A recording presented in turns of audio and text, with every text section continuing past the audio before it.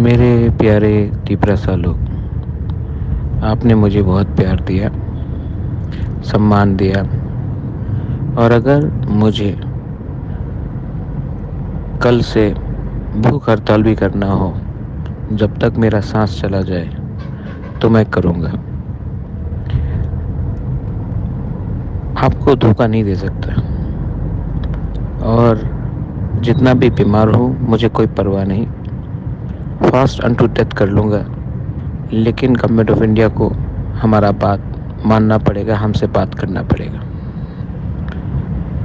मैं वेट कर रहा हूँ, और अगर कल तक नहीं हुआ तो आपका बुबागरा फास्ट अनटू डेथ कर लेगा, लेकिन अपने तिपरासा को कुछ देगा।